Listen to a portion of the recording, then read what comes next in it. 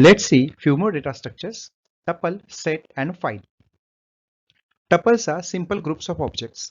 They work exactly like lists, except that tuples can be changed in place and are usually written as series of items in parentheses and not square brackets. Although they don't support as many methods, tuples share most of their properties with lists.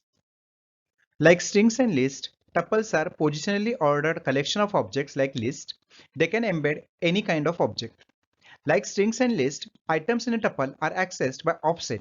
They support all the offset-based access operations such as indexing and slicing. Like strings and lists, tuples are sequences. They support many of the same operations. However, like strings, tuples are immutable.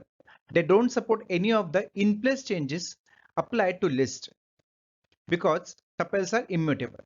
You cannot change the size of a tuple without making a copy. On the other hand, tuples can hold any type of object, including other compound objects, and so support arbitrary nesting. Like lists, tuples are arrays of object references.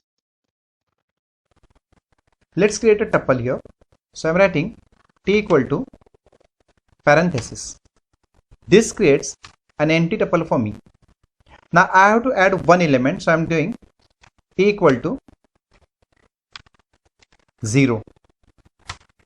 And say t gives me t equal to 0. It takes entire parenthesis, just a expression.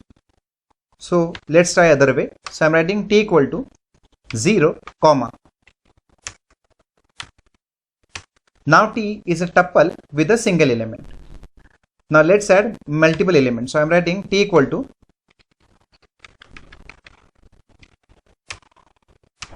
this is t, or I can write something like this: t equal to this becomes my tuple. Set is another collection in Python. It is unordered collection of objects and so cannot be accessed by offset.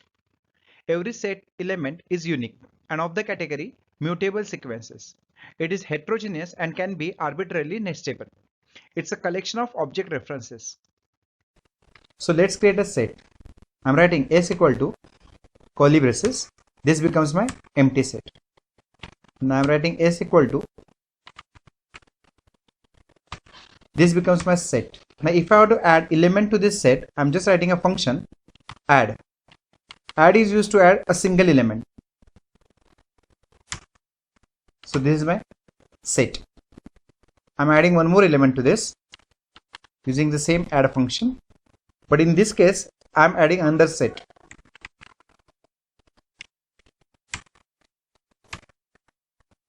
Let me add another thing to it. So I'm writing s dot add again to make it heterogeneous. So this is my s. Now because it is unordered, you cannot say where your element will be placed. There is another function called as update. If I want to add multiple elements, I can use the function update. So I'm writing s dot update. I'm providing a list to it.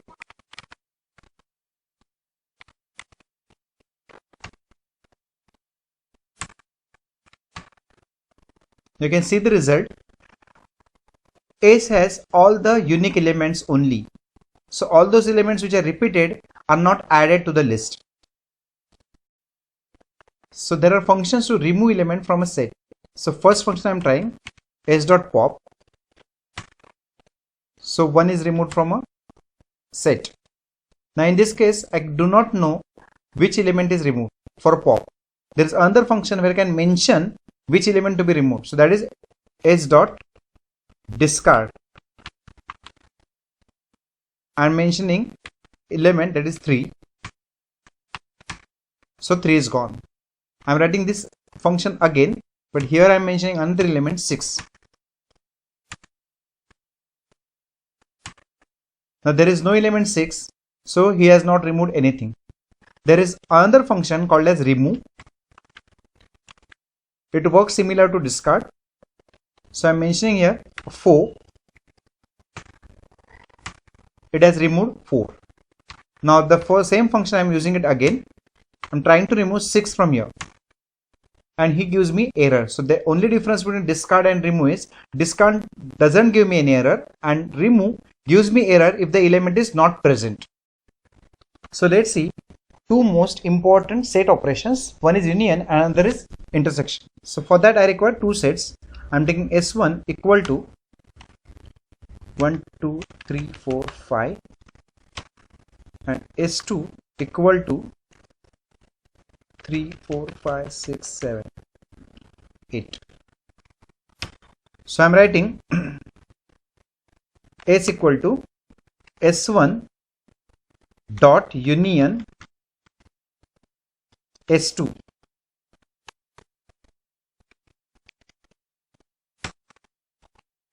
So this is my S. Union will discard all the common elements. Similar to union, I have intersection. So in this case, I am writing intersection S1 intersection S2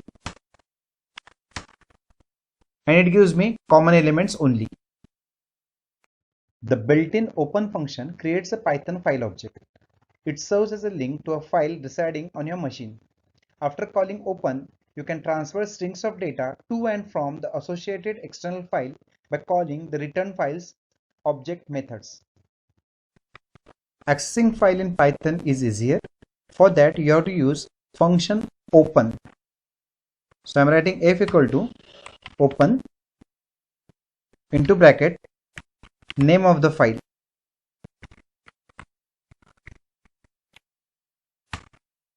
This gives me f object. Now this doesn't contain content of a file. It only has a reference to that particular file. So f is my file object. Now if I have to read this file, I'm using a function f.read. So let's print the value f.read. So this is the content of the file.